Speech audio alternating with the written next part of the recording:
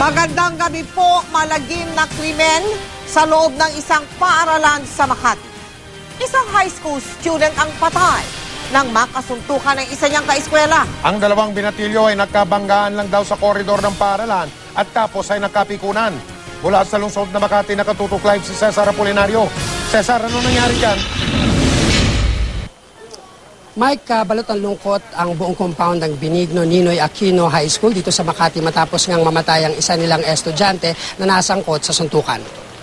Pareho nilang dalawang hindi ginusto ang nangyari, sir. For guidance counselor ako, kinakailangan ako muna i-ano ko yung sarili ko. So, the truth, hindi nga ako nakatulog kagabi. Masyado po kaming Devastated. Of course, ang buong Benigno. Na sana hindi maulit. Maluwa-luwa ang guidance counselor ng eskwelahan habang ikinikwento ang nangyaring gulo sa pagitan ng dalawa nilang estudyante. Pasado las 9 ng umaga raw kahapon ang magkabanggaan sa koridor ng ground floor ang biktima na nakilalang si Paul Balili, 14 years old, at ang suspect na itago natin sa pangalang Boy. Nagkapikunan daw ang dalawang estudyante kaya nagkasuntukan. Sa paunang investigasyon ng eskwelahan, walang ibang bagay na ginamit sa suntukan ng dalawa. Inabot daw ng halos 10 minuto ang sagupaan ng dalawang batang estudyante. Napuruan ng biktima na agad niyang ikinamatay.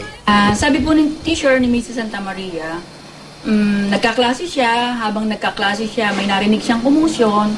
So, iniwan niya si klase, tinakbo niya si bata. So, nakita niya na medyo pinagkakaguluhan ng ibang estudyante.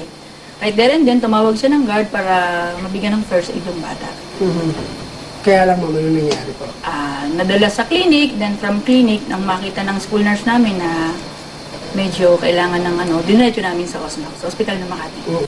Posible raw na sa lakas ng suntok ng suspect sa biktima ang dahilan kaya ito namatay.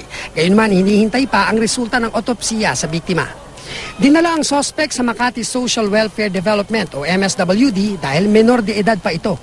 Nagkaharap na rin ang kaanak na magkabilang panig. Nakausap na rin ang guidance counselor ang suspect at sinabi raw nito na hindi sila talaga magkakilala ng biktima.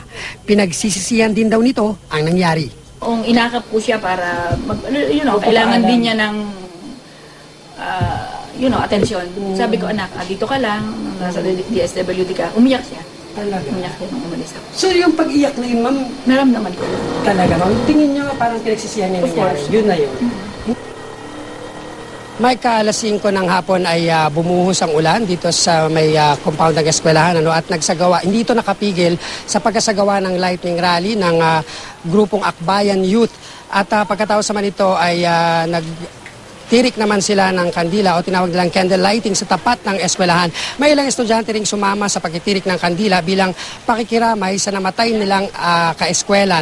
At dahil dito magkakaroon ng meeting ang principal at ang mga opisyal ng eskwelahang ito sa mga parents ng mga bata at magkakaroon ng orientation sa mga mag-aaral sa mahigit 7,300 na estudyante rito sa eskwelahan at para payuhan na rin sa mga nangyayari ngayon at isa sa ilalim din sa debriefing ang mga estudyanteng nakasaksi, Mike, sa pangyayari. Mike? Maraming salamat, Cesar Apolinario.